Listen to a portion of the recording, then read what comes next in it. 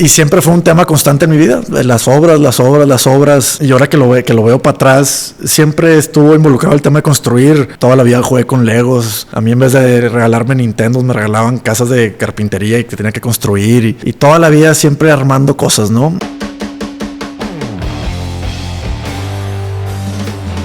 Dormir muy poco, me quedé sin amigos, casi me quedo sin novia, mi familia no me conocía, iba a la escuela en la mañana y trabajaba toda la tarde y pues toda la noche también. Esos grandes proyectos no duermen. Entonces sí, al principio fue muy difícil porque estaba solo en el mundo allá, güey, y veías piloteadoras hasta donde ya no veía tu ojo, güey. O sea, tú veías y de repente ya dejabas de ver. Pues si agarrabas el binocular, veías más, güey.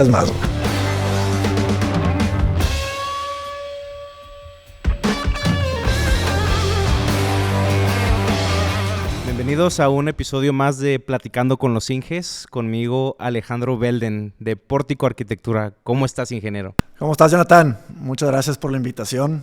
Al fin se nos hizo, ¿verdad? Pues ya tenías como 2 años casándome y que no cuadraban las agendas, ¿verdad? Pero oye, sí. Ya por fin se logró. Lo que pasa es que sucedieron un montón de cosas. De hecho, esta temporada terminamos cambiándonos de locación. Fue todo un show porque pues, un tema importante aquí en la ciudad es la temperatura, el calor, ¿verdad? No, pues muy ad hoc aquí en el Colegio de Ingenieros. De hecho, se acomodó bastante para los que nos están escuchando en este momento o viendo. Estamos dentro de las instalaciones del Colegio de Ingenieros Civiles de Nuevo León. Agradecemos mucho el que pues nos acobijen, ¿verdad? Nos presten el spot. Y pues bueno, dirías tú, pues es muy ad hoc a lo que vamos a platicar. ¿De dónde vienes, Inge? ¿Cómo te fue hoy? Es correcto. No, pues de aquí cerquita me tocó. Tuve recorrido aquí en Antiguo Camino San Agustín, entonces pues no muy lejos considerando algunas de las obras que traemos, ¿no? Sí. Y yo, obviamente programado, ¿verdad? No programé ninguna vuelta afuera para... Ahora sí, después de 2 años no fallarle a la cita, güey. Esta vez superamos todas las adversidades.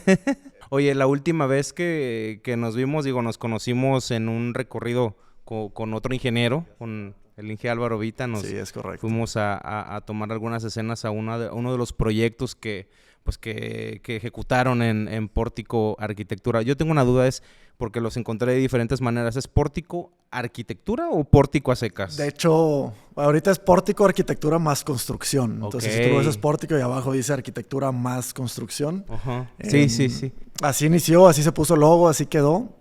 Y realmente ahorita estamos a punto de ya hacer ese cambio. Hicimos todo un proceso de mercadotecnia, de rebranding o una refrescada a la imagen, sí, más que nada, ¿no? Y vamos a actualizar ahí un poquito. Y dentro de esas cosas que vamos a cambiar, porque como tú hay muchos que se quedaban con esa incógnita, ¿no? Y aparte luego, no, aquí no está, pero si tú ves el logo abajo dice muy chiquito, Arquitectura más construcción, entonces nadie o no se distingue bien o no saben por qué. Y además ni siquiera es lo único que hacemos, ¿no? O sea, también interiorismo o desarrollo, cosas que pues no están ahí descritas explícitamente, ¿no? De hecho, sí, me di cuenta de que son un equipo multidisciplinario. De hecho, están ubicados aquí en el casco de San Pedro, Estamos, ¿verdad? Aquí en el casco de San Pedro, es correcto. Sí. Ahí a 2 cuadras de la Plaza de Juárez, güey. Ustedes desde la parte de arquitectura y construcción, ¿qué opinan, aprovechando, qué opinan de toda esta renovación? Me vas a meter ahí en camisa del casco urbano. Mira, sentimientos encontrados, ¿verdad? Porque al principio el plan del exalcalde de Miguel abarcaba la calle de nuestra oficina, que es terreno propio de nosotros, ¿no? Entonces como que sí teníamos esa ilusión de que estuviera bonito, como se veían los renders, ¿no? Luego se hizo pues lo que ya conocemos mucho...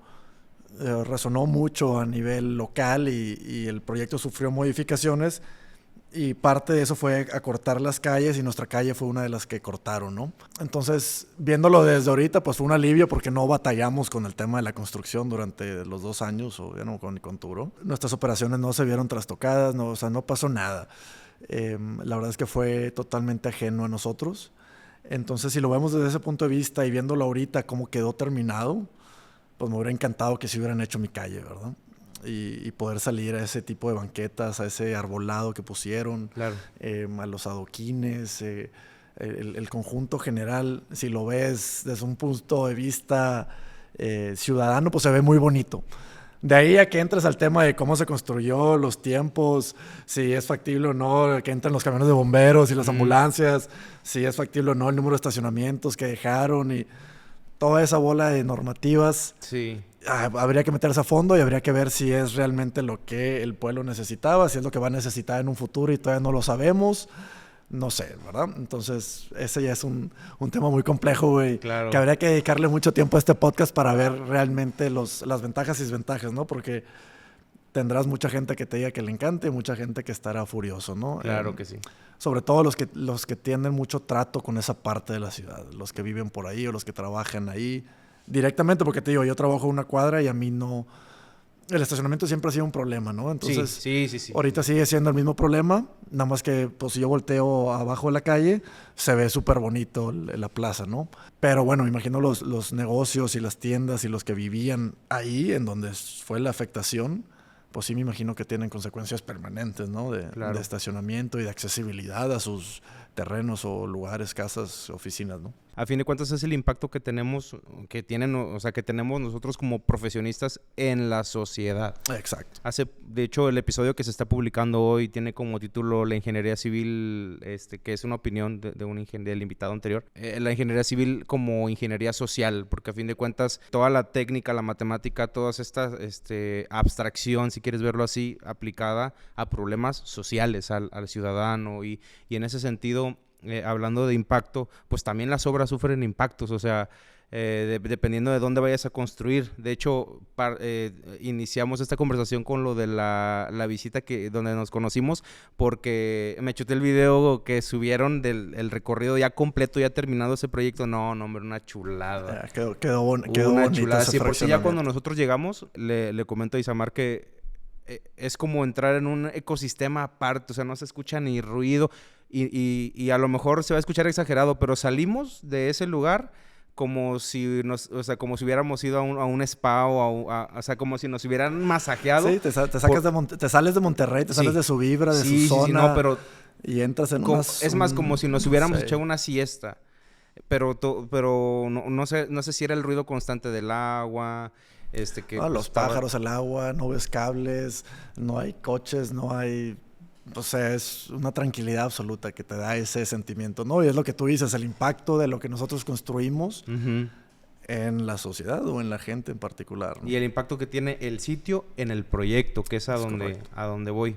Hablando del impacto que tiene el sitio en ese recorrido que hicieron con el Arquicota Paredes. Bueno, para empezar, en ese proyecto en particular, habían un montón de árboles de diferentes tamaños, edades, o sea... Sí. Un montón de encinos. 450 años, algo así mencionaban. Un par de 400 o más años. Es ciencia incierta, ¿verdad? Hasta que no los talen y vean los anillos que tiene, pero... Exacto. Por lo tanto eran más o menos 400. Y mencionabas que pues tuvieron que hacer adaptaciones incluso hasta en la cimentación, ¿no? Por el tema de las raíces y demás. Y incluso mencionaban que había antes un muro que pues había caído, creo que con las lluvias, un tema de esos. Deslavó. Y pues hubieron muchas afectaciones. Que ahí en estas 3 oraciones englobas todo desde la matemática y desde el plano hasta que lo llevas a cabo, sufre una transformación el terreno, ¿no? O tu proyecto. Y lo podrás haber diseñado perfectamente hasta el último detalle y llegas al terreno y es completamente otra la necesidad o la característica que necesita, ¿no? Entonces, es una evolución constante y es un jugar con la solución todos los días para que al final el resultado sea el óptimo. Sí. Como encargado del área de construcción de pórtico, ¿me podrías platicar o compartir cuáles han sido los retos más... cuáles han sido los temas que más te han retado en ese sentido de cambios de proyecto? De cambios de proyecto. Mira, estamos en un nicho en pórtico del residencial premium, como le ponemos, de alta gama. Hacemos casas de muy alto valor y entonces nuestro producto final siempre es un traje a la medida y así nos vendemos nosotros, ¿no? Damos un servicio no de arquitectura y construcción, porque de esos hay 50,000 empresas aquí en Monterrey nada más, ¿no? O sea, tratamos de hacer un traje personalizado para el cliente. Entonces, desde las primeras visitas, ya sea para diseño y ejecución o solo para ejecución, porque también ejecutamos casas que no son diseño de nosotros, como las de Vallalto, que eran diseño de Gilberto. Nosotros ejecutamos la mayoría y sí tratamos que todo lo que nosotros diseñamos, nosotros mismos lo construimos, ¿no? Pero ese traje a la medida significa que cada que vamos con el cliente es súbele a la bastilla, cámbiale la manga, quítale el color, escoge esta tela. Y eso es un traje, ¿no? Si lo trasladan a un proyecto de arquitectura, en donde muchas veces para nosotros los arquitectos, nosotros no, ¿verdad? Nosotros los ingenieros o los arquitectos es difícil enseñarle al cliente cómo es un espacio. Imagínense ya viéndolo ahí, ya parados en lo que es su habitación, lo que es su sala, su jardín.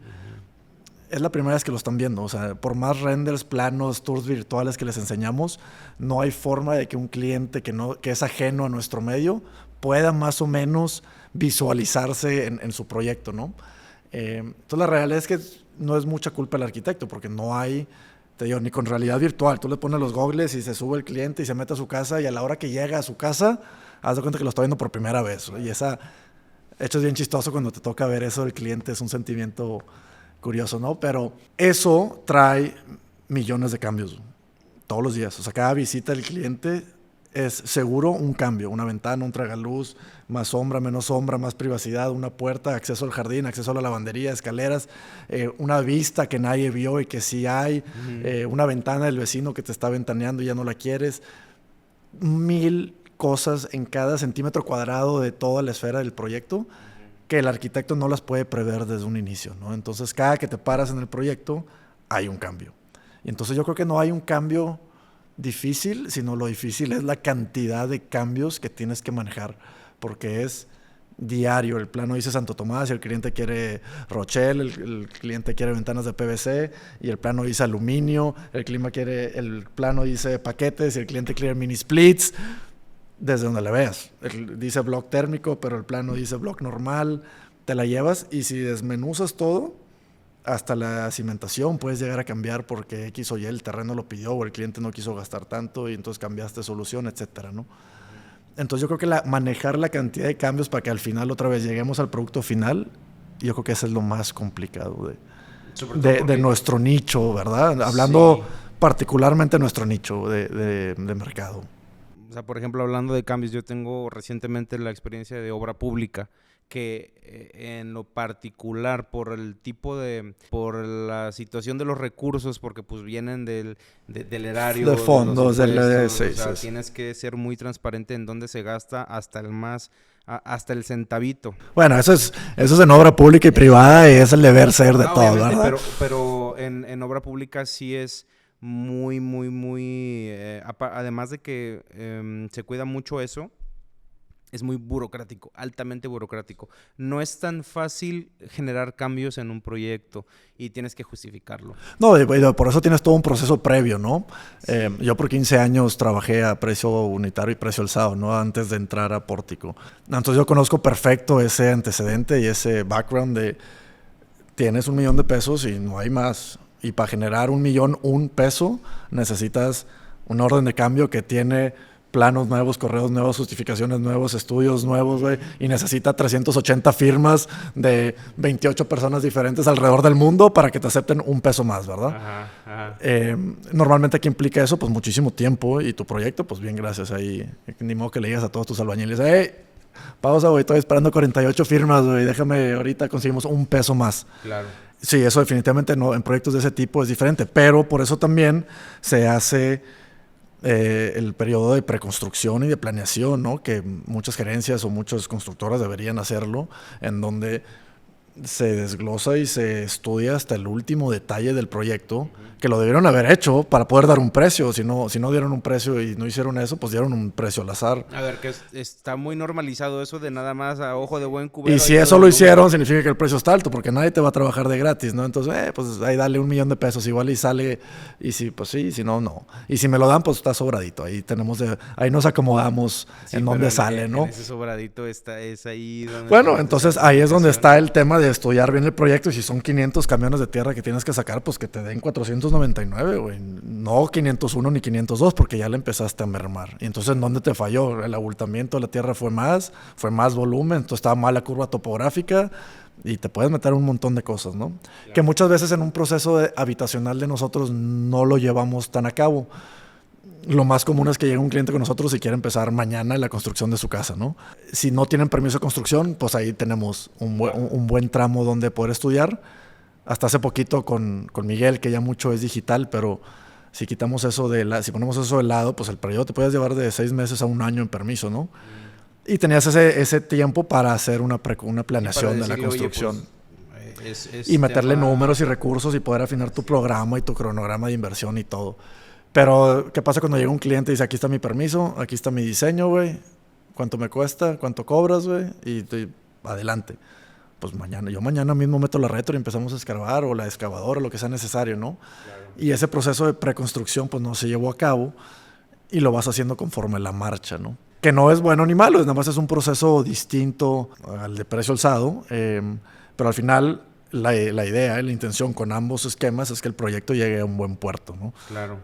Que el proyecto sea exitoso. Que a fin de cuentas también hay clientes que ya son frecuentes, ¿no? Que ya tienes incluso cierta confianza de decir, oye, pues ellos son los buenos en este tipo de construcción, ya hemos trabajado con ellos, no tengo problema con darle así como sobre la marcha. Exacto. Y pues ya. Que es interesante porque se los tienes que explicar en el sentido de, para que sea un traje a la medida, se toman muchas decisiones a lo largo del 1 año y medio, 2 años de proyecto, ¿no? Y en base a cada una de esas decisiones, el proyecto y el presupuesto cambian. O sea, no es lo mismo poner un mármol nacional, un mármol importado, a un mármol nacional, a un mármol importado, a una cocina nacional, a una cocina importada. No es lo mismo ponerle pintura a toda la casa que forrarla de mármol, y así te la llevas, ¿no? Sí. Cada decisión que, aunque en el proyecto sí están especificadas, a la mera hora de estar ejecutándolo, las cosas van cambiando y le vas preguntando al cliente, oye, mira, aquí estaba... Este muro era de piedra, pero estamos viendo que ahorita a lo mejor nos conviene ponerle de zarpeo. Sí. Nos ahorramos esa lana y nos las ponemos en nuestra otra cosa. O al arqui, ¿sabes qué? Ya se le hizo tu mocho y quiere otra cosa. Y entonces, bueno, ya le bajas el presupuesto ahí, pues lo vamos a subir acá. Y todo ese manoseo del presupuesto siempre va muy de la mano con el cliente, porque al final es el que te tiene que pagar, ¿no? Y entonces volvemos al final. No es que tengamos el presupuesto definido, pero sí tenemos un proyecto definido que es al que queremos llegar, ¿no? Exacto. En todo, en tiempo, en costo y pues, bueno, dirías tú, como es el traje a la medida, pues obviamente la forma, el diseño, todos esos aspectos, los detalles van a ir cambiando. Definitivamente, van cambiando conforme el cliente va visualizando, ya, o sea, mientras va tocando, o sea, ya no en plano ni en render, te digo, porque no lo visualizan bien, ya en obra, que lo ven y cosas tan drásticas como quiero mi cuarto 3 metros más grande y tú te quedas así de que, ¿cómo te digo? Así, que ya están todos los muros construidos, ya estoy simbrando tu losa. Pues claro que se puede, pero a ver, vamos a hacer esto y vamos a quitar eso y nos va a costar tanto y nos vamos a tardar tanto tiempo. Y él dice, pues es mi casa para los siguientes 25, 30 años, ¿no? ¿Qué más da 3 semanas más o $500,000 más o lo que sea, ¿no? Ya de una vez que sí quede como quiero que quede. Ahí es donde se vuelve bien difícil. Bueno, pues que te tardaste 3 años en acabar una casa. Pues sí, pero a ver, el cliente estuvo contento, estuvo dentro de su presupuesto porque obviamente, o sea, se acabó y está muy contento en su casa. Entonces cumplió las expectativas del proyecto, siempre y cuando se haya llevado un buen proceso con él, ¿verdad? Y no hayas acabado peleado y trenzado y tú corrido y el cliente en su casa que le acabó a alguien más, ¿verdad? Claro. Que no, eso no es llevar el proyecto a un buen puerto, ¿no? Sí. Platícanos un poquito sobre ti.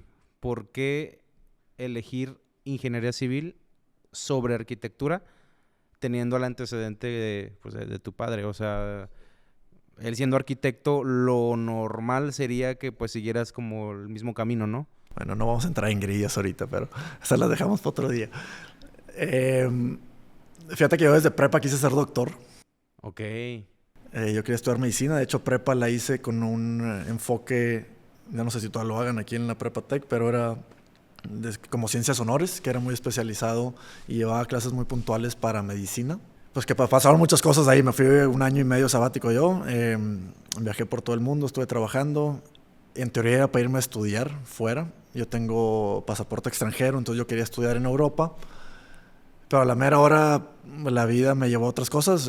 Me la pasé muy padre en ese año y pico viajando y trabajando, y lo último en mi mente fue que iba a estudiar, ¿verdad? Y cuando mis papás yo creo se dieron cuenta que no, que me iba desviando cada vez más en el tema de que no iba a estudiar.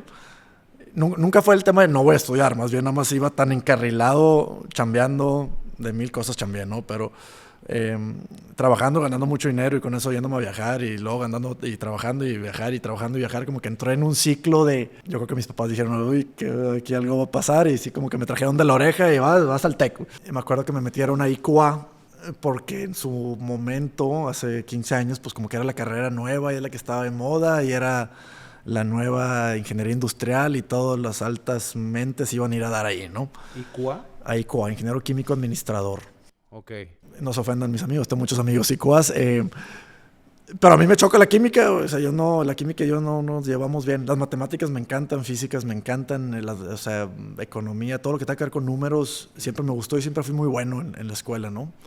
Entonces, cuando yo me salgo de IQA, digo, no me salgo, tomé 2 o 3 días de IQA y fue suficiente para decir, no señor, o sea, no va a estar 4 años viniendo aquí a tomar clases de química, ¿verdad? Y entonces, bueno, ahí entró un poquito lo que tú platicaste ahorita del antecedente de mi papá, ¿no? Desde chiquito he estado viendo las obras con él y nos lleva los sábados y los domingos y vamos y vemos y siempre fue un tema constante en mi vida, las obras.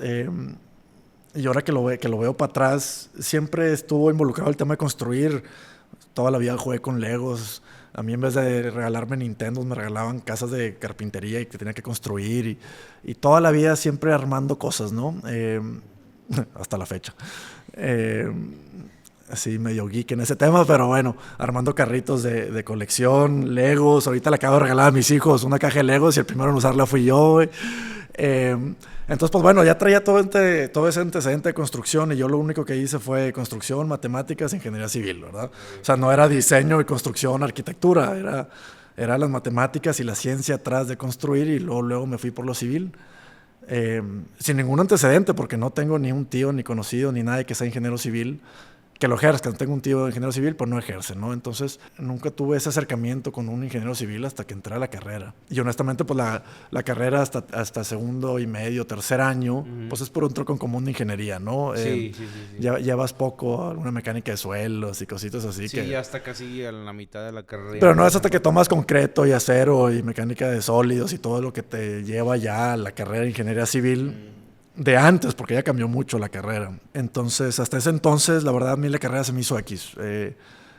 Pero sí fue hasta que tomé concreto, hecho con la ingeniera Delma en el TEC, que realmente me encantó mi carrera.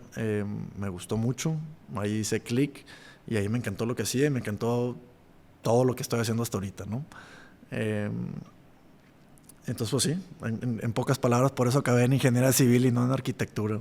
Ya. Y que a fin de cuentas hacen un buen equipo, o sea, abarcan más disciplinas, ¿no? Incluso parte de la esencia de Pórtico, pues es el diseño, la construcción. Aparte tienen el tema del interiorismo, ¿no? Entonces como que va armando... O sea, es multidisciplinario en varios sentidos, ¿no? No porque sea ingeniero significa que vas a dirigir la parte de construcción, ¿no? Hay arquitectos que son muy buenos constructores. Sí. Y hay algunos ingenieros que son muy buenos diseñadores también. Pero sí se dio una mancuerna muy padre con mi papá en ese sentido. Ahora, como te platiqué, yo trabajé 10 años por mi cuenta, ¿no? Y si contamos desde prácticas y desde chiquito, pues mucho más por fuera, en otras empresas. Sobre todo ya en carrera y los primeros 10 años profesionales de mi vida, pues fueron empresas de ingeniería civil. Yo estuve en el montaje del huevo de Pabellón M, yo hice plantas en Kia, allá en Pesquería, luego monté los arcos más grandes del mundo en Cuajone, allá en Perú. De ahí me regresé y aquí estuve construyendo Torre Lola con la gerencia otra vez. Y no fue hasta entonces que luego quise migrar al residencial, ¿no? Entonces, si tú cortas y te vas para atrás antes de empezar Pórtico 2.0, eran proyectos completamente de ingeniería civil, ¿no? Grandes torres, grandes presas, grandes naves, kilos y kilos de estructura metálica, cosa que ya no los veo ahorita, ¿verdad? Ya las ves, pero ahora son diferentes, mucho más detalladas, mucho más precisas y puntuales, güey. Y sí, Detalle, mucho más detalle. Es un grado de complejidad muy distinto, pero a su vez también bastante más complicado de manejar, si lo quieres ver así, ¿no? Sí. Pues una nave industrial, pues son joystick y columnas y vas y las pones, y lo más importante es que estés en tiempo y en forma, ¿verdad? Nadie te va a estar viendo si está un poquito diferente el tono de pintura de este o este. Obviamente hay que checar que las soldaduras, que todo esté bien estructuralmente, eso va de cajón, ¿no? Sí, pero el nivel de detalle que le checas no es el mismo que si el tapiz está un poquito abombado en la pared, ¿no? O que si el tono de pintura de esa pared se fue difuminando un poco porque X o Y, ¿no? Es otro nivel. Ni uno más fácil que el otro, pero sí muy diferente. A ver, ahorita que me empezaste a explicar todas estas aventuras que viviste, me gustaría irlas desmenuzando poco a poco. Vámonos un poquito saliendo de... Por línea de tiempo, ¿te parece? Para llevar una cronología. Claro que sí. ¿Terminas la universidad? Pues fue desde antes, porque empecé desde...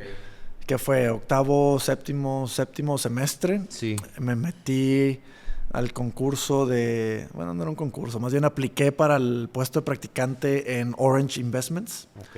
Y pues era tengo entendido, es una cátedra que dan en el Colegio de Arquitectura del TEC, pero me interesó por el tema del desarrollo que tenían ahí, ¿no? Y el desarrollo inmobiliario. Y sentí que iba a complementar bien todo lo que estábamos viendo en la carrera de estructuras y concretos y aceros y administración de la construcción y todo. Y dije, déjame también veo por otro lado el tema del desarrollo inmobiliario, ¿no? Que no tenemos, no me preguntas por qué, pero ninguna clase relacionado a eso.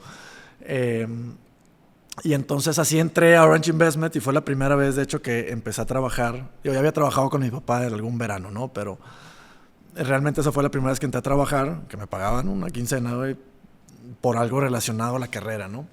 Y estuve un año en Orange Investments viendo todo ese tema del desarrollo inmobiliario. Estaba en un proyecto, mi jefe era el encargado de un proyecto en San Miguel de Allende y uno aquí en Monterrey. Y pues veíamos muchos temas, prácticamente pues hacíamos presentaciones para el cliente, ¿no? Y presentaciones plenamente de avance de obra y económicas. Y como la obra no estaba aquí, estaba en San Miguel de Allende, pues eran reportes fotográficos y hacer una presentación bonita para enseñar cada 15 días al cliente, ¿no?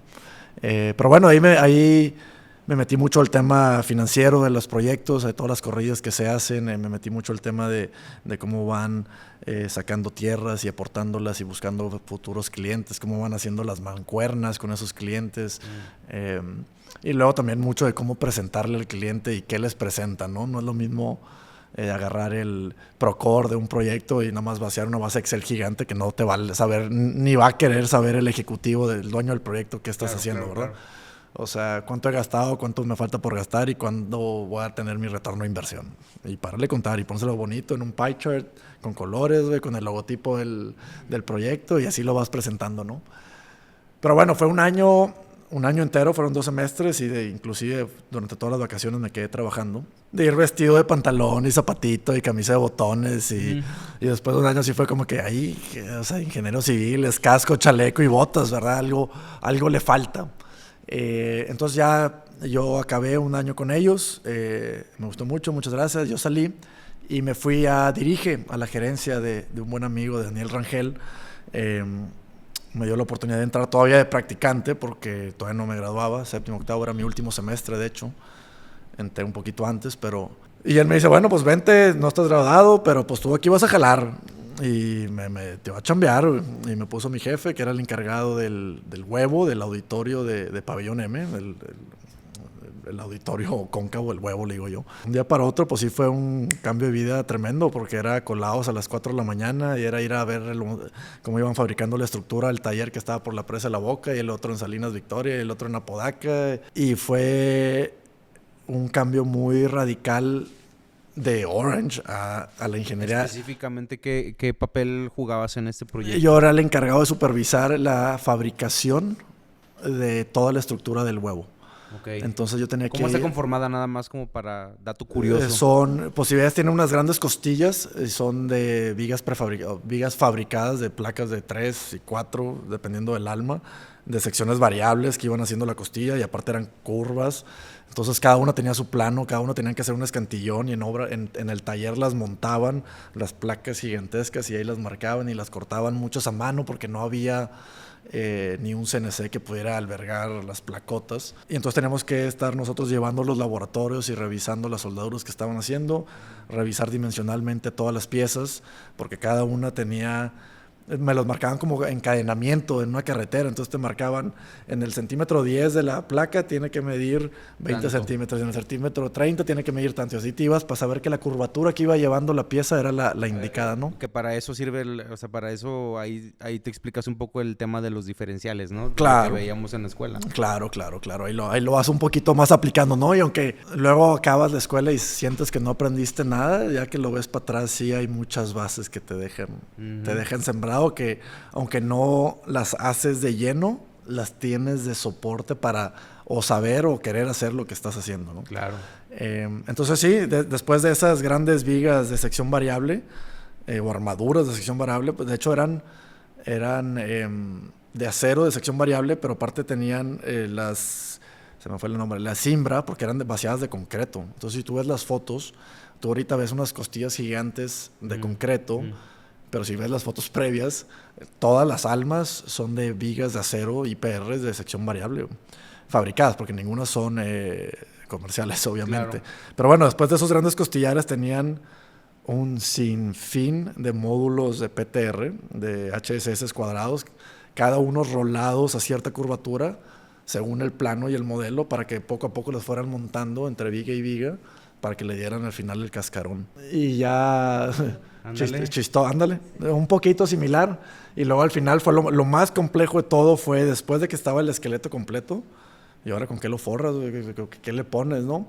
Y al final se optó por meterle los aceros, también roladas a cierta curvatura, irlo tapando pedazo por pedazo. Y luego una malla y luego concreto lanzado. Entonces fue un tema súper complejo para que pudiera tener ese capricho arquitectónico de tener esa forma cóncava, ¿no? Y luego ni me metas al tema del forrado de trespa, ¿no? Cada uno con una... Cada trespa está cortado con una... O sea, la base tiene cierta inclinación para que el pedazo de trespa que va arriba vaya siguiendo la inclinación y se vaya haciendo esa forma cóncava. No me acuerdo si fueron 6 o 7... levantamientos completos tridimensionales del huevo y luego uno empalmado con el otro y hasta la más mínima diferencia mandas al topógrafo otra vez y vuélvelo a verificar y quién se equivocó y cuándo calibraste tu estación y de dónde salió tu dron y qué hiciste. Y al final, después de como 9, salió una sola malla que fue con la que trabajó Trespa y con la que al final se forró el domo, ¿no? El huevo. Fue casi un año también muy intenso de dormir muy poco. Me quedé sin amigos, casi me quedo sin novia, mi familia no me conocía, iba a la escuela en la mañana y trabajaba toda la tarde y pues toda la noche también. Esos grandes proyectos no duermen, 24 horas al día están jalando. Los talleres de fabricación eran 24 horas al día, tenían triple turno, y si no había colados y si no había mil otras cosas que, aunque no tenía nada que ver con lo que estaba haciendo, un par de manos no estaban de extra, ¿no? Entonces todos te pescan y aparte eres el practicante, entonces aparte de traer cafés y demás, órale, vete a hacer fotos y otras cosas, ¿no? Entonces estuvo muy padre formar parte de un proyecto tan grande y emblemático hoy en día de lo que es la ciudad de Monterrey. Y definitivamente fue mi primera experiencia a un trabajo típico de un ingeniero, ¿no? El residente de obra en un superproyecto, viendo soldaduras gigantes y colados de 1000 metros cúbicos. O sea, era algo así como que check. Tú estabas viviendo el sueño.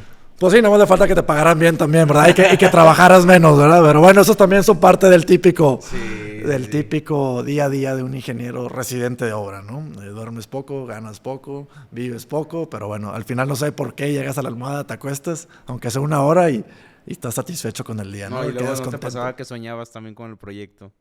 Todavía, güey, tengo 15 años que salí de él. Sí, no, te quedas...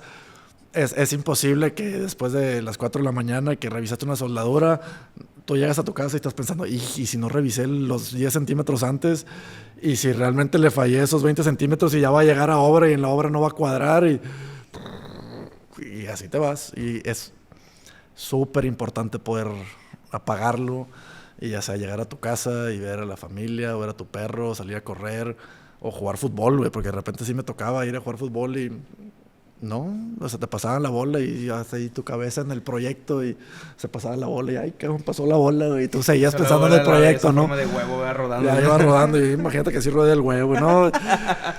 Entonces sí es un tema muy impresionante el cómo te sumerges en el proyecto y el proyecto sí lo demanda, no es que quieras o no, o te dejes o no, ¿verdad? El proyecto no te espera y si no te metes te corren, güey, porque no estás al día. No, en algo la vas a regar y el proyecto pues no lo puede aceptar, ¿verdad? Entonces, sumamente padre, sumamente enriquecedora fue ese año de trabajar en ese proyecto en particular de Dirige, ¿no? Además, porque también está del lado de la gerencia, entonces tienes no eres la constructora, les puedes dar ciertas órdenes dentro de lo que cabe, pero el cliente es el que chicotea, no la constructora, entonces... Claro. Una posición muy, muy interesante en la cual estar, ¿no? Claro, estar como intermediario entre el que está tal cual trabajando, o sea, para más bien produciendo, porque están cuidando el más mínimo detalle para no perder dinero, ¿verdad? Exacto.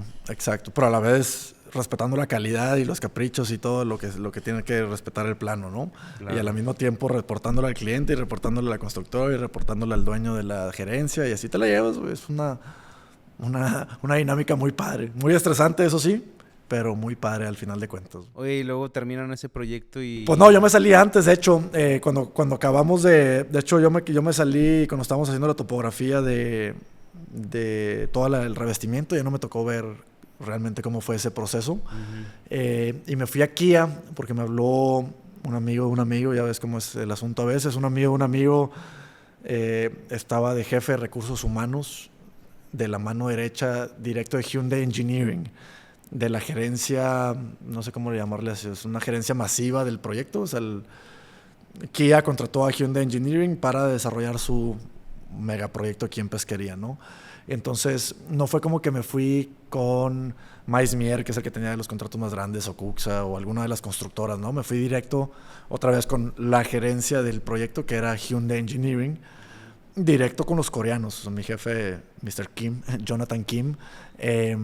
Y la verdad es que me fui por dos temas en particular. O sea, no sé si se acuerdan, tú estabas muy chavo, pero ese proyecto cuando llegó aquí sonaba así como el mejor proyecto de la historia del mundo mundial. O sea, iba a ser el proyecto más grande en la historia de México y de Monterrey. La planta era la primera, o sea, iba a ser una cosa inimaginable, ¿no? Así la hicieron sonar, ¿verdad? Luego ya te ves que el estadio lo hicieron igual y que los puentes, todos son megaproyectos en su momento. Pero bueno, a mí me sonó mucho eso. Me ofrecieron más dinero también y entre eso y pues también ya cumplir un ciclo nuevo o tener otra experiencia ahora en el lado industrial, me llamó mucho la atención y pues brinqué barco, me fui de Dirige, acabé yéndome a Kia directo con Hyundai Engineering. Y mi jefe era el que estaba a cargo de dos de las naves ahí. Bueno, una en particular, Hyundai PowerTech. Y pues yo era su brazo derecho y su intérprete y su guía de Monterrey. Y yo le decía dónde comer y dónde dormir y dónde íbamos y dónde... O sea, yo era su llaverito y íbamos y hacíamos lo que él decía, ¿no? Y era todo lo que existía. Era mi jefe y yo. Y nuestra planta medía 13,000 metros cuadrados. Entonces... de venir de Dirige, que éramos, no me acuerdo, éramos como 25 en el equipo de Dirige para hacer la torre, acabé en un equipo con nadie, o sea, con mi jefe y yo, y para le contar, porque todos los demás hablaban coreano, ni una palabra en inglés ni de español. Y los otros que estábamos como yo, estaban en una posición muy similar, ¿no? Veían los planos de su nave o de su calle, y para le contar qué es PowerTech, no sé, y qué es aquella, no sé, yo nada más sé lo mío, ¿no? Entonces sí, al principio fue muy difícil porque estaba solo en el mundo allá, güey. O sea, y veías piloteadoras hasta donde ya no veía tu ojo, güey. O sea, tú veías y de repente ya dejabas de ver. Pues si agarrabas el binocular, veías más. Era impresionante la cantidad de gente y maquinaria que hubo, ¿no? Y bueno, al final hice una mancuerna increíble con mi cliente. Todavía me llevo con él. De vez en cuando whatsappeamos. Y bueno, él usa KakaoTalk. De vez en cuando usamos Messenger o KakaoTalk. Y, ¿Qué es? ¿Es una aplicación de KakaoTalk, mensajería? ese es el Messenger WhatsApp de Corea del Sur. Okay. Ellos no usan WhatsApp, ni Messenger, ni nada. Es KakaoTalk. Está muy chistoso porque tienen emojis bien chistosos de gatitos, así con ojotes. ¿Sí? No manches. Bien kawaii, ¿no? Sí, está muy chistoso. Pero bueno, estuve un año ahí. Un año de trabajar 24 horas al día. De hecho, acabé rentando una casa en Pesquería. ¿No? Ya no era factible estar viniéndome a las 4 de la mañana y regresándome a las 6. Y de repente manejaba de mi casa aquí en San Pedro y llegaba a Pesquería y no me acuerdo ni qué había pasado en la calle. Entonces acabé rentando una casa allá. Estuve 7, 8 meses viviendo en Pesquería y trabajando 24 horas al día. 25 de diciembre ahí estuve, el año nuevo ahí estuve, mi cumpleaños ahí estuve. O sea, los 365 días del año estuve en el proyecto. Fuimos la primera nave en acabar, fuimos la primera nave en arrancar, rescatamos un par de naves adicionales. Entonces creo que al final el equipo que hice con mi jefe y el equipo que logré hacer con todos los que contratamos fue muy ejemplar en el proyecto y llevamos el proyecto a muy buen puerto. Otra vez, estuvo muy padre ese sentimiento de echarlo a jalar.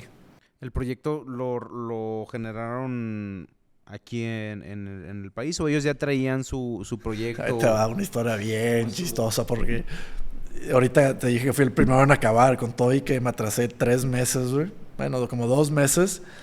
Los proyectos ya venían de Corea. O sea, tenían años planeándolo. El master plan ya lo tenían hecho, dibujado de dónde iba cada cosa, ¿no? Al momento de segmentar mi nave, la pasaron aquí a un despacho local a que hiciera todo el tema de tramitología de permisos y tropicalizaron un poco, sobre todo para cambiarle el lenguaje, poner todos los textos a español.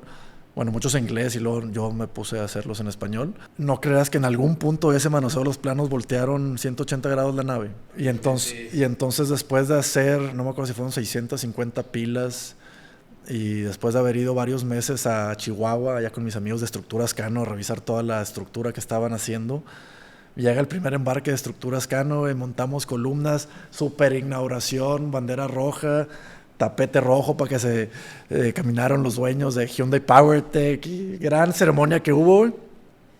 Y de repente al final de la ceremonia, unos con champaña, me regalaron todos regalos y cosas. Pues de repente así a lo lejos veo a mi jefe y al no sé quién, y de repente al jefe de Hyundai Engineering y al dueño de PowerTech, y se estaban dando unos gritos y sombrerazos, güey. Y dije, ay, cabrón. Y dije, bueno, pues esos seguramente van a llegar a mí, esos gritos y sombrerazos eventualmente, ¿no? Y pues nada, que de repente como a las 2 horas me marca Jonathan, ¿dónde estás? Y yo, no, pues acá en la columna 88. Y ahí viene conmigo. Está al revés la nave. Y yo así que, what? It's upside down. Y yo, upside down? No. Other way. Y me dice, sí, está volteada la nave. La parte de atrás es la parte de enfrente y la parte de enfrente la pusimos en la parte de atrás. Y yo así de que, no, mira, aquí está el plano, güey. Y dice, sí, el plano está mal. Y pues esa cara que traes tú es la que puse yo también, ¿verdad? Y dice, ¿cómo, güey? Si dice 500 pilas y ahora qué quieren que haga, no, pues que se quede volteada. Y me dice, no, tú no conoces a mis jefes, ellos quieren su nave como estaba en su plano. Y bueno, casualmente en la nave, los 13,000 metros cuadrados eran muy simétricos. Lo que pasa que de un lado tenían un mezanine gigante y del otro era todo abierto. Entonces, de los 500 pilas que hicimos, nada más una línea central fue la que tuvimos que cancelar, se quedó embebida, fue un sobrecosto y tuvimos que duplicarlas, pero del otro lado. Y de pura suerte, bueno, el Hyundai Engineering o Kia en particular, ya no supe qué es. Bueno, pero no cayó aquí. Si contrataban al despacho que les hizo la traducción de planos o yo no sé qué pasó, pero ya tenía 30 y pico columnas montadas, o sea, y más toda la cimentación. No me acuerdo si fueron como 80 pilas, 13 metros de profundidad con acero, concreto 250, todas echadas a la basura, ¿verdad? Las que hicimos, más las nuevas que hubo que hacer. Entonces sí, no fue tema sencillo.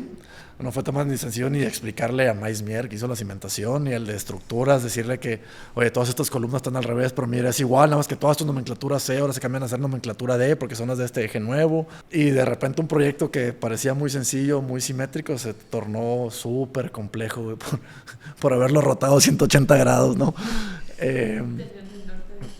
Pues, algo así pasó, literal. Nos da risa porque a veces, sobre todo ahorita en Pórtico, somos muy cuidadosos, más por temas arquitectónicos y orientación de la casa, que en el plano siempre venga el norte, ¿no? Y yo me puse a ver esos planos, no venía el norte en ningún lado. Entonces tú puedes ver el plano así o podías ver el plano así y era exactamente igual. Nada más dependía de qué lado tenía el membrete.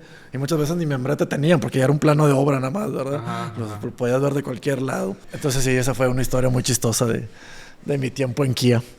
Pero pues sí, aprendí muchísimas cosas de qué no hacer. Era un proyecto que iba a contrarreloj, era un año y en un año tiene que estar produciendo carros esa cosa, si no miles de trillones de dólares se perdían, ¿no? sé cuánto.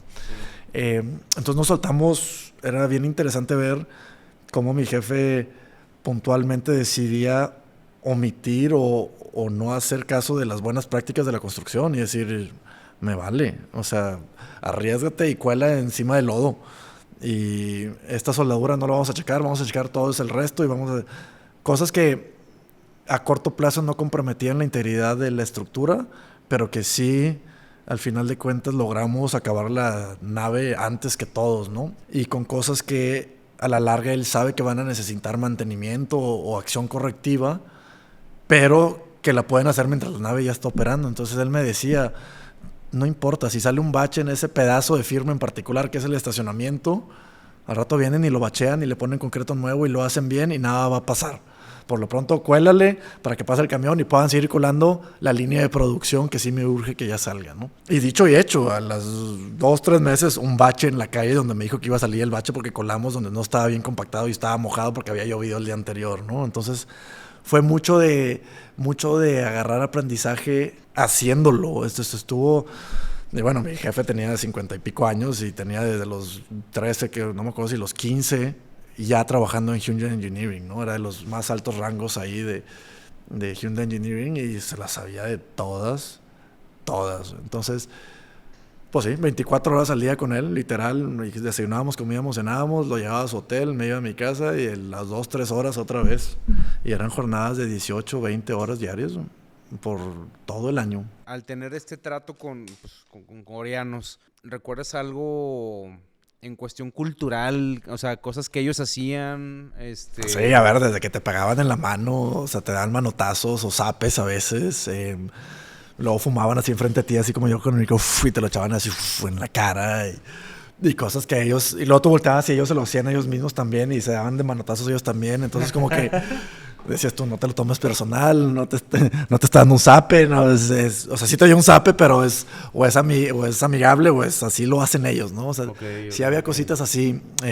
Tenían una cultura de trabajo impresionante. Mucho yo creo tenía que ver que eran extranjeros o foráneos y venían a trabajar. Claro, y sus familias no estaban aquí, ellos venían a ganar dinero y para ganar dinero jalaban un chingo. Y tan pronto acababan, tan pronto se podían ir a sus casas, porque no se fueron ni un solo día. No había forma de irse si no acababan su nave. Entonces esa cultura de trabajo y perfeccionismo que traían era muy impresionante. Desde cómo hacían las presentaciones y todo tenía que cuadrar y todo tenía que estar perfectamente simétrico y bien ordenado y con las letras y todo igualito, a traducirlo a que podían darse el lujo de decirme, aquí no lo hagas bien, hazlo mal ahí porque lo necesitas hacer bien rápido y no lo vas a poder hacer bien, pero hazlo mal ahí para hacerlo bien acá.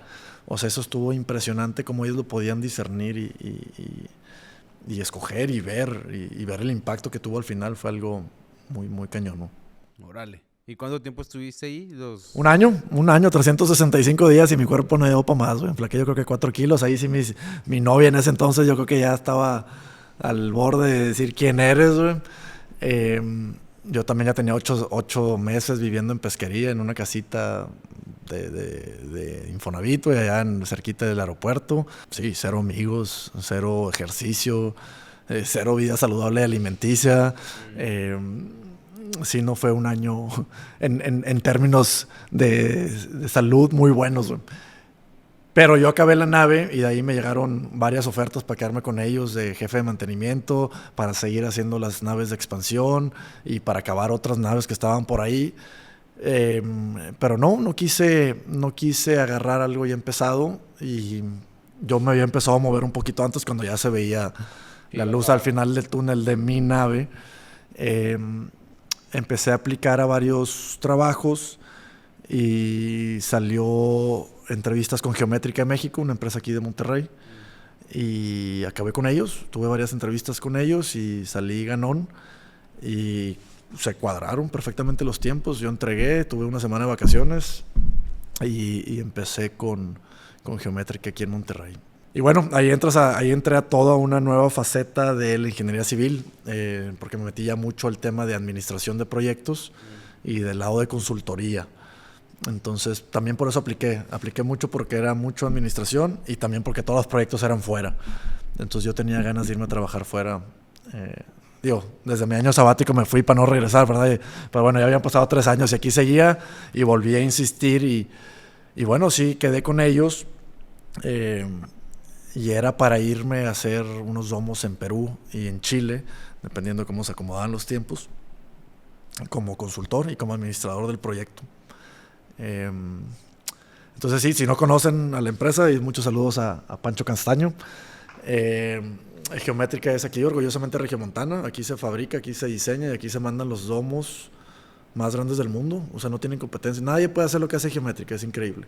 Y aquí están en Apodaca. Domos geodésicos, y le llaman free domes a los que no son geodésicos. Tienen curvas cóncavas y amorfas, o sea, no es una esfera como tal, que le da una rigidez muy particular estructuralmente hablando. Ellos pueden hacer cualquier forma, cualquier dimensión en planta y en 3D, ¿no? Y lo fabrican todo en base de postes y conectores de aluminio y todo se ensambla perimetralmente hacia arriba. Entonces nunca paran producción, nunca paran interior de trabajos de lo que haya. Entonces, pues su principal mercado son minas, almacenes grandes de material como carbón principalmente minería, pero pues tienen varios auditorios muy grandes. Creo que el de Lleda es el más grande del mundo y tiene el récord Guinness. Los arcos que yo construí son los arcos cañón más grandes del mundo, después de los de Chernóbil, pero los de Chernóbil son de estructura pesada, entonces estos no cuentan en la misma categoría. En fin, acabé con ellos y te digo, era 100% project management, era administración de proyectos y era consultoría.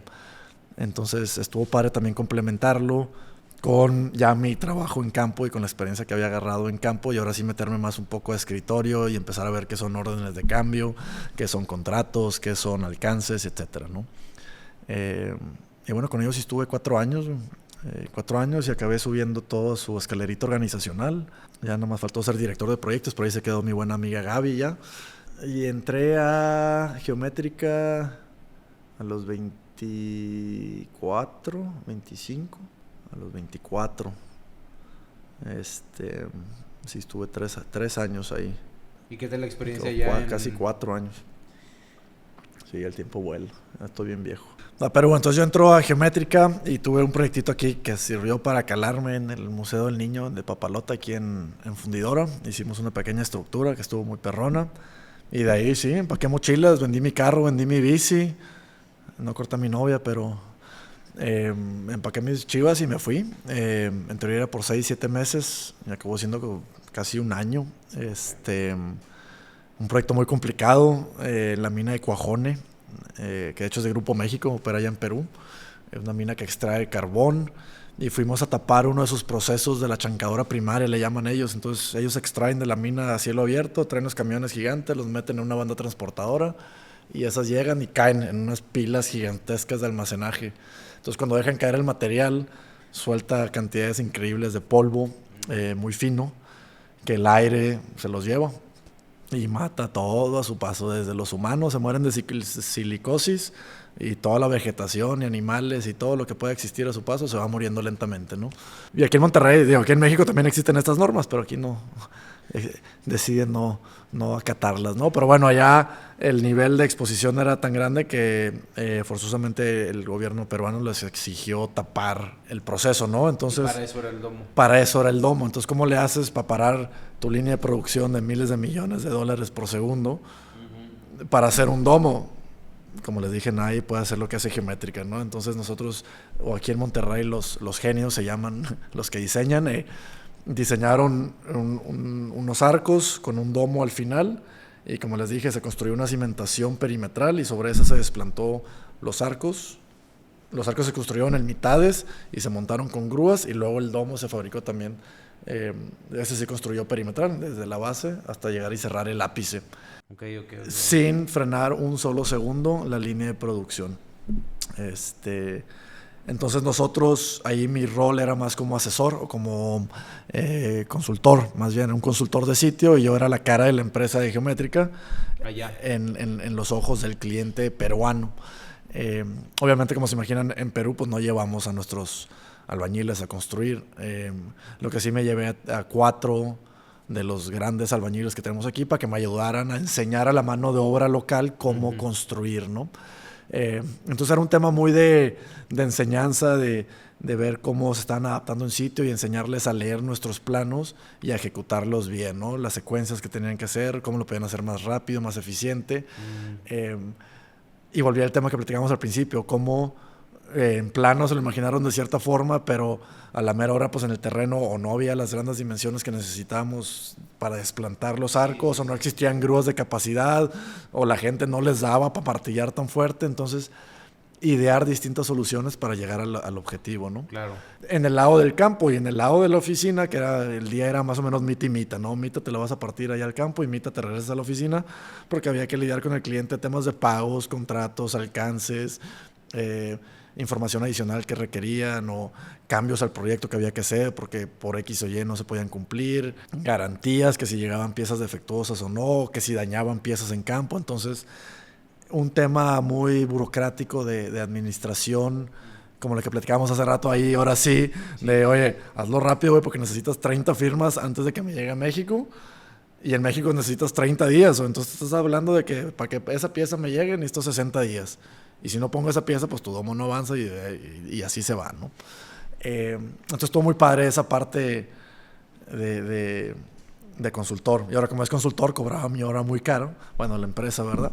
Y estaba muy padre después de venir de Dirige y de Kia, a que fue mi primer trabajo 9 to 5. O sea, 9 a.m. puntual me recogían, y a las 4:49 me decían apaga la compu, güey. O sea, porque tuve un minuto más y me están cobrando extra ahí en Monterrey, güey.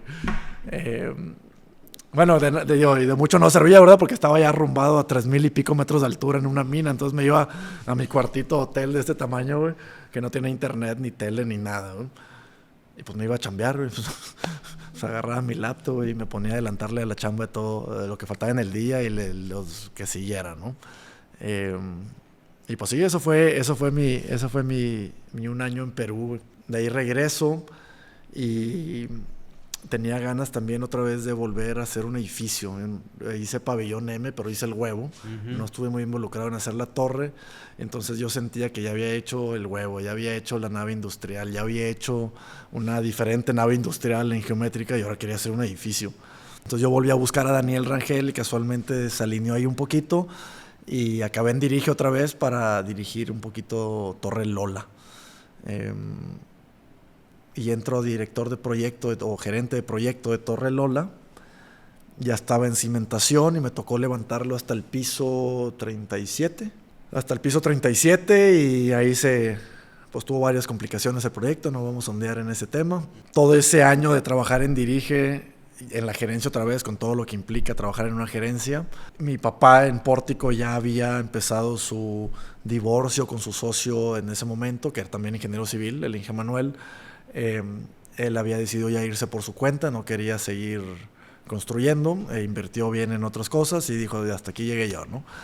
Pues mi papá, siendo arquitecto, muy buen arquitecto, pues muy mal administrador, ¿no? Entonces necesitaba, o la oficina necesitaba esa figura que se reemplazara de forma inmediata, porque pues, se empezó a empinar la oficina a raíz de, ¿no? Entonces te digo, se alinearon las estrellas, ya había habido acercamientos antes, desde la carrera, mi papá ya me había dicho ahí entre copas, o ¿cuándo te vas a venir? Pero la realidad es que nunca tan serio. Yo en algún punto también sí fui a platicar con el ingeniero Manuel y me dijo, sí, está bien, vente, pero ahí del residente de obra. Y yo dije no, pues sí estoy listo para entrar, pero no tan abajo, ¿verdad? Mínimo más acá arriba. Y me dijo, no, aquí no hay lugar. Y yo, bueno, está bien, no pasa nada, como que ni quiero hacer casas yo, ¿verdad? Yo estoy haciendo mis torres. Voy a hacer otro domo. Voy a hacer otro domo a Perú. Y estuve cerquita de irme a hacer el domo de Yeda de geométrica. Vino Pancho aquí y me dice, oye, vente, necesito que te vayas a Yeda a hacer este domo, vas a salir en Discovery Channel. Y así estuve, pero no se logró. Te digo que ya medio estaba ese proceso en Pórtico y literal un día nos fuimos a echar una cena mi papá y yo, y entre tequila y números y vimos y se decidió, decidimos darle un llegue a ver qué resultaba, ¿no? Ya de ahí para acá la historia se va contando sola, ¿no? Te digo que casualmente dirige el proyecto Lola, se estancó. Es diciembre de 2019, güey. Entonces estaba el COVID en pleno resurgimiento allá, estaba naciendo el COVID en Asia.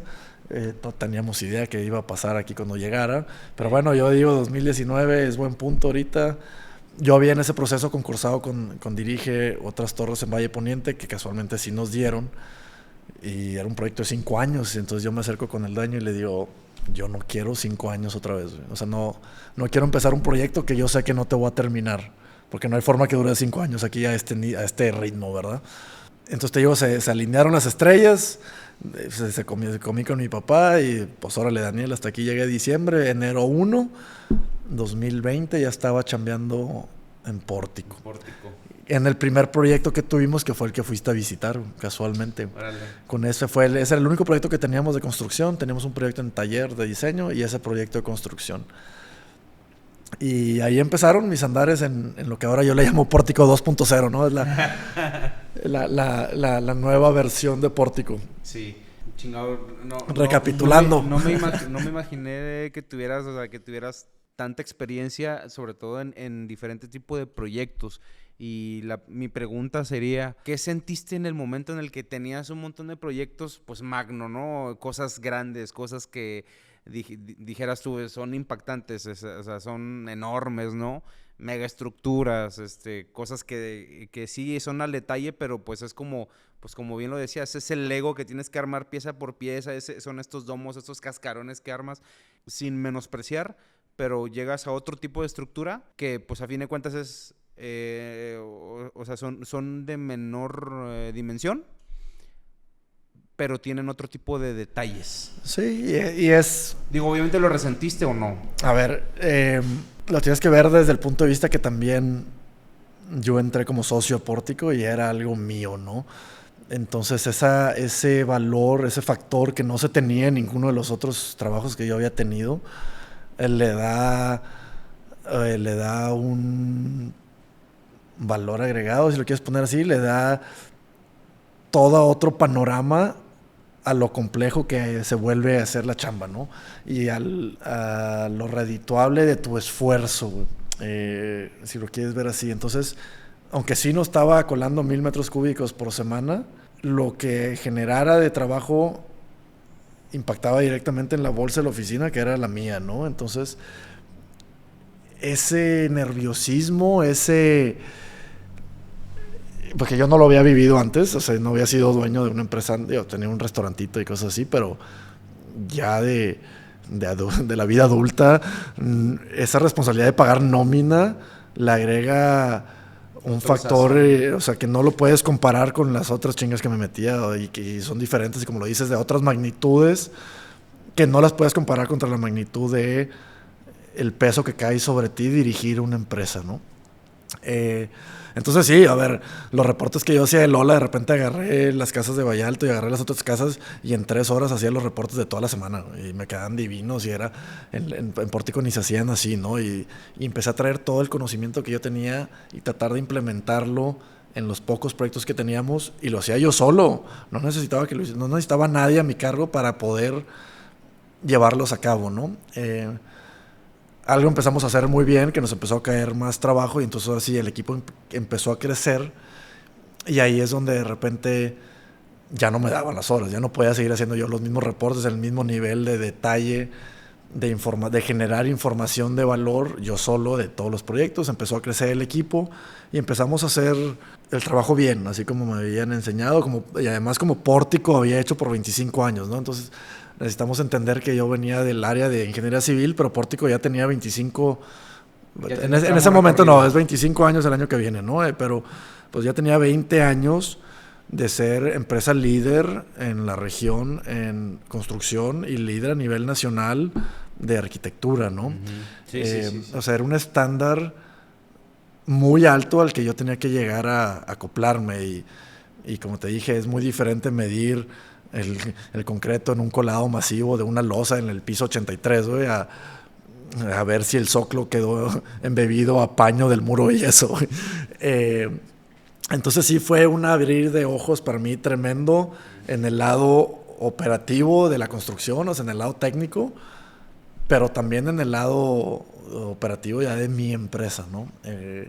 Entonces sí sería muy difícil que yo te dijera que lo resentí o no lo resentí, porque fue y es, y creo que seguirá siendo un reto increíble el manejar una empresa. O sea, empezamos con 8, éramos como 6 al principio, ahorita ya somos 30, entonces de 8 a 6 a 15 a 20 a 30 va cambiando la necesidad, van cambiando el número de clientes, va cambiando el requisito de tus clientes, va cambiando el tipo de proyecto. Ahorita hay mucho vertical, hay muchos depas, empezamos a hacer muchas casas de campo, quintas, por no llamarle así, porque son unas casonononas en lugares remotos, ¿no? Pero no dejan, o sea, no son ranchos. Entonces, cada proyecto trae un reto por sí solo increíble, que por mucho equipara al reto de colar 1000 metros, al reto de fabricar 1000 kilos de estructura, al reto de lidiar con un proyecto de 1,200 millones de pesos, ¿no? A diferente magnitud, pero en escala de complejidad muy similares. Ese para mí fue algo sumamente impresionante, porque yo, como ustedes, yo también pensé, ¿cómo va a ser lo mismo hacer esto y ahora vas a hacer esto chiquito, ¿no? Bueno, lo chiquito está mucho más denso y el otro está muy... O sea, algo tiene que... El nivel de complejidad es muy, muy cañón. Vaya, yo he visto los proyectos que han desarrollado y vaya, o sea, son proyectos y lo puedo decir no porque estés aquí. De verdad, o sea, de verdad, es los proyectos más bonitos que he visto en mi vida, de verdad. Es en particular... Sobre todo porque se siente y ya viendo los detalles porque pues obviamente vas y lo primero que ves son los detalles, o sea, con ojo de ingeniero, ¿no? Ver, ay, cabrón, no le hallas, o sea, chingado. Y vaya que tenemos detalles ahí que mejorar, ¿no? De hecho, claro. En la caminata que tuvimos con Álvaro, uno de los temas fue cómo nunca acabamos, güey. O sea, nunca acabamos y cada año... la naturaleza se comporta distinto y nos enseña cosas nuevas y nos manda corrientes de agua por donde antes no iban o nos trae vientos por donde antes no iban y las rachas tumban cosas y siempre hay cositas que en el plano, por más que se diseñó, no se contempló y tenemos que ir adaptándonos, ¿no? Claro. Y actualmente, redes sociales, estás muy activo en redes sociales. Ya sé. ¿Qué me puedes platicar de esto? ¿Qué fue la motivación? Y no es por gusto, ¿eh? No creas que nos encanta estar aquí platicando. Pero se te da muy bien. Sí me han dicho. Pero bueno, todavía ni me pagan por eso, entonces no me gusta todavía. Nada está planeado. Como todas estas preguntas, güey, son a la y se va, es natural, ¿no? Lo que siempre les digo es, a mí pésquenme la obra y platíquenme o pregúntenme de algo. Y pues yo estoy muy metido en el proyecto, ¿no? Entonces yo les puedo contestar con certeza cosas del proyecto sin tener que estudiar, ni ver, ni planear, ni nada. Entonces yo creo que el éxito de los videos que hemos hecho ahorita es la espontaneidad y la naturaleza con las que salen. Porque literal a la que me está ayudando ahorita le digo, a ver, pégate a mi agenda, güey. O sea, yo no voy a agendar para que me vengas a grabar. Si tú vienes a la obra donde esté yo y... que alguien me pregunte algo y grábame, eso es lo que va a hacer. Y a ver, ¿por qué estamos haciendo redes? Porque es lo que está dictando la tendencia del consumidor ahorita, punto. A raíz de que se nos fueron varios proyectos, literal, porque el Instagram de la competencia está más bonito que el tuyo, para mí fue algo impresionante. O sea, cómo van a respaldar su decisión de una casa de 10, 15, 20, 30, 40, 50 millones de pesos. O sea, cómo va a ser el tipping point, el punto de discernir entre uno y el otro, que el Instagram está mejor llevado. O sea, es increíble ese tema del consumidor ahorita. O sea, no es tanto los que generan, ahorita ya, los que estamos generando contenido, es para estar actualizados, para que el consumidor vea que estamos actualizados y sienta y quiera comprarnos a nosotros, ¿no? O sea, literal, para eso va guiado nuestro contenido. Claro. Y por eso le mezclamos nosotros con videos míos de obra, y ahorita ya estamos tratando de meter mucho de proyectos terminados para que no se vea que nada más construimos, que también diseñamos. Ya estamos metiéndole al tema de interiores para que vean que aunque haya diseñado Chuchito y construido Juanito, pues también nosotros podemos entrarle a hacer interiores, ¿no? Claro. Y bueno, por eso estamos más a la fuerza que queriendo, pero por eso estamos ahorita muy metidos en las redes. Dije que iba a pasarse los días. Sí. Por eso vinimos aquí a Monterrey. Yo detecté desde hace varios años que, yo estoy metido en redes sociales desde hace muchos años. Okay. Obviamente nunca lo exploté al 100% porque, pues, oye, estudié una carrera tantos años para no ejercerla, ¿verdad? La llevé en paralelo, pero siempre tuve esa espinita, ¿no? De querer de querer aportar algo al gremio, a la industria de la construcción desde otra perspectiva, claro, ¿no? Claro. Y encontré un nicho muy bonito que, pues, al menos es la producción de contenido audiovisual. Siempre yo siempre le estuve apostando a eso. Dije, no, eso es lo que viene, es lo que viene. Y justamente están pasando estas cosas. Se va mucho al cliente y hasta ahí. O sea, y han pasado muchísimas cosas. Digo, desde que prendes la cámara, publicas el video, no sabes a quién le va a llegar ese material. Sí, no sabes. Obviamente tiene doble filo, pero ahí está parte del arriesgue. Como todo, ¿no? A ver, no falta que en mis videos me critiquen hasta de cómo voy vestido, que si se salió el gallo, no, que si la casa se veía que un bloque estaba chueco, ¿no? O sea, tienes que estar... Y por eso, por decir, a mi papá le choca salir, entre que no se le da y se traba, y yo creo que siente que se critican o lo critican. No se le da que salga natural. Tienes que estar dispuesto a que te critiquen, o sea, vas a decir, como dijiste, es arma de doble filo y bien cañón, ¿no? Normalmente es mucho más vistosa los que te critican, y lo positivo normalmente o no lo dicen o son minorías, ¿no? Entonces sí está interesante ese tema de las redes, y sí, pues si tú lo viste hace años, es un nicho que sí detectaste con un ojo muy clínico, porque definitivamente para allá van las cosas. Sí, definitivo. Y ahorita te lo apuesto, o sea, la mayoría de las empresas constructoras, los desarrolladores fueron los que empezaron con este movimiento, por así decirlo. Sí, para llegarle al consumidor. Así es. Pero siempre me quedé pensando, bueno, pues los constructores, ¿qué onda? O sea, los que construyen tienen un... No, y necesitamos ahí está la mina de oro. Y necesitamos irnos más para allá. O sea, ya el carpintero necesita empezar a ver su proceso, y el plomero empezar a hacer sus videos, güey, porque no se queda ahí, ¿no? Yo creo que la construcción... para empezar, somos los más atrasados en toda la revolución industrial, ¿verdad? Seguimos usando espátulas, güey. Nadie más que los que soplan vidrio allá en las artesanías del centro de México, ¿no? Pero sí estamos muy atrasados, todo es muy manual y todo, y nadie lo quiere explicar, porque muchas veces eso es muy técnico, y a la gente no le interesa más que ver una foto de una sala bien bonita al final. Claro. Les importa un comino, si es de concreto, bloco, tabla roca, lo que sea. Pero ahora métele estos conocimientos de marketing, por ejemplo. Métele marketing, pero métele storytelling. Sí, claro. No, métele escritura. Romantizar la obra, ¿no? Romantiza la obra. Y bueno, y parte de lo que estamos tratando de hacer nosotros ahorita es... A ver, mis videos también lo ven los clientes, ¿no? La idea es que ellos también formen parte de... y que vean que su obra la está llevando la empresa, y que si estamos haciendo videos es porque nos importa, y además estamos contándola con mucha pasión de cómo estamos construyendo, y eso les gusta. Es simplemente documentar que es el estás storytelling, cuidando hasta el más mínimo detalle de su casa, o sea, del lugar que obviamente están haciendo una inversión fuerte y que va a durar por muchos, muchos años. Creo que eso al menos lo que están haciendo, yo se los aplaudo mucho porque están poniendo el ejemplo de cómo se debe hacer redes sociales en el gremio, ¿verdad? Eso es un ejemplo, ¿verdad? Es un nicho, pero es una buena, o sea, vaya, es el ejemplo. Es el ejemplo y creo que vienen muchos más. De hecho, a los que quieran estén interesados en producción de contenido, aprovechamos el espacio para anunciarnos. Pero sí, se nos está acabando el tiempo, Inge. Pero me gustaría preguntarte, ya para ir cerrando este episodio. ¿Va a haber 2 o no? Obvio, no. 2, 3, los que sean. A todos les digo, las puertas están abiertas las veces que quieran. Oye, pues qué bueno que les está yendo súper bien. Te digo, las redes sociales ahorita, no solamente para los inmobiliarios, sino para otros nichos, otros negocios dentro de la industria de la construcción. Ahorita creo yo que todavía no es tan tarde para empezar, la verdad.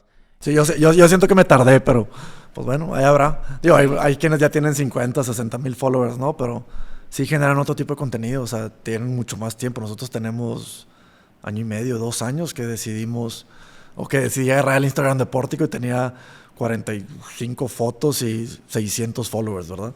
Sí. Entonces sí es novedad para nosotros y pues sí, ojalá no nos hayamos subido muy tarde a la ola, ¿no? Al tren. No. Y yo les diría, continúen, de verdad, continúen. Aunque no nos guste, güey. Pues mira, poco a poco le vamos agarrando la onda. Al final del día es trabajo también. Sí. Pues aporta, ¿no? Se ve ahí vaya, llegas a las personas, dependiendo a quién le quieras llegar, ¿no? Pero pues hagas lo que hagas, al final del día estás mostrando lo que están haciendo y eso ya es una labor titánica. Yo quisiera preguntarte, ¿qué otro tipo de proyectos han ejecutado? O sea, tanto en la parte del diseño como en ejecución. Y obviamente, pues ahorita, ¿qué están haciendo? Sí, a ver, ahorita tenemos 20 proyectos ahí en la oficina. Unos de taller y obra y unos nada más de obra, ¿no? Pero sí hemos diversificado un poquito, sobre todo a raíz de este boom vertical que ha habido en la ciudad, ¿no? Le entramos duro hace 3, 4 años ya a adecuar departamentos y espacios corporativos en oficinas, espacios corporativos en edificios, perdón, que es muy distinto a construir una casa, pero no deja de ser un acabado residencial o de muy alta gama, ¿no? Entonces sí, tenemos en el pasado han hecho agencias en oficina, algunas fábricas, algunas torres. Sí, nunca he descuidado el lado residencial, pero sí ahorita gran parte de la oficina es mucha adecuación de departamentos, que a mí me encanta, la verdad, porque como ya no hay obra civil, un buen set de planos y un buen set de contratistas y lo más difícil es lidiar con las administraciones. Te quitas todo ese riesgo de la construcción, es bien distinto hacer un depa, ¿no? No estás jugando con ese intangible que siempre trae la obra, que si llueve, que si es San Lunes, que si lo que sea, ¿no? Entonces, así estamos ahorita, estamos muy enfocados en todo ese tema de ecuación de espacios verticales. Tenemos recientemente varias oficinas, acabamos de ganar un premio de la AI, una oficina ahí en Trébol. Vamos a ir ahorita al DF a que nos van a recibir otro premio, ojalá, estamos nominados de la Casa Club que fuiste a visitar. ¿En serio? Y lo metimos como un espacio lúdico porque es una casa club dentro del complejo, ¿no? Sí. Entonces pues así está ese tema ahorita muy mezclado, ya con una rama de interiorismo como tal, es una unidad de negocio ya de mi oficina. Entonces ya tenemos arquitectura, ya tenemos construcción, ya tenemos interiorismo, ya estamos trabajando en desarrollos propios, para tener esas 4 grandes vertientes de negocio en la oficina, ¿no? Y aprovechar ese boom inmobiliario y este nicho de mercado que ahorita ya le he agarrado el amor, ¿no? Pero que a los constructores pues tanto nos gusta estar construyendo, ¿no? Entonces qué mejor que desde un inicio, ¿no? Desde encontrar y aportar el terreno, comprarlo, diseñarlo, construirlo y hasta venderlo.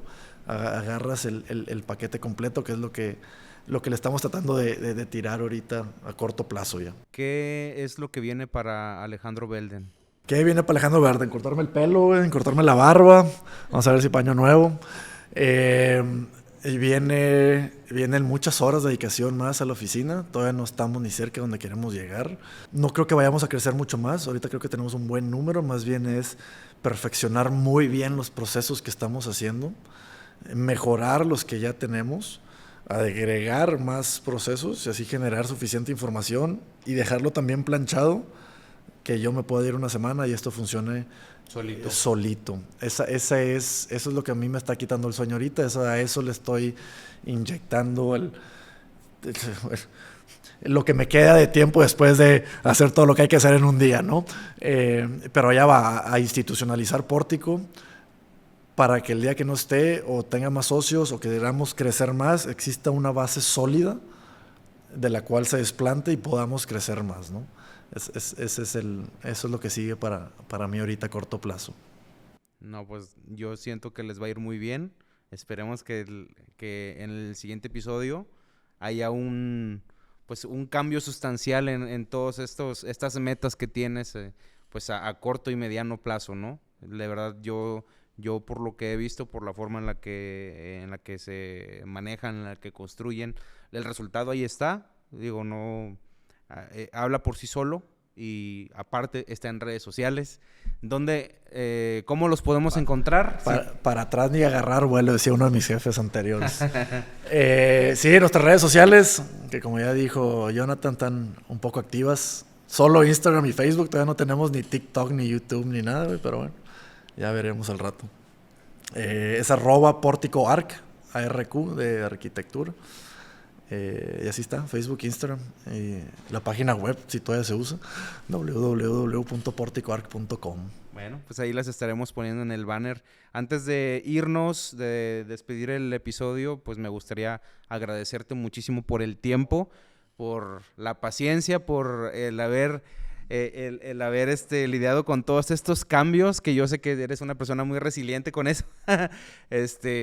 Pero bueno, nos ha pasado de todo y hay que seguir para adelante a lo que viene. Esperemos con ansias el siguiente episodio. Y pues nada, antes de pasar a las rapiditas, me gustaría pues agradecerles a todos los que nos están escuchando, los que nos están viendo, que nos sigan en las redes sociales, Platicando con los Inges, en todas las redes sociales, y también en nuestro canal de YouTube principal, Todo Civil. Y pues nada, yo soy Jonathan Hernández y nos estamos viendo en el siguiente episodio. ¿Vamos a las rapiditas? Encantado, adelante. Yo soy Jonathan Hernández y conmigo el ingeniero Alejandro Belden. Despedimos el episodio de hoy con muchísimo gusto de haber estado aquí. No, el gusto fue mío. Y pues que no pasen 2 años de correteo para volvernos a sentar aquí, ¿no? Igual y ya el segundo nos sale mejor, güey. La siguiente temporada, el siguiente año. Pues ya se acabó. Sí. Pues bueno, vámonos a las rapiditas. Adelante. Arquitectura. Alejandro Belden. Diversión. Construir.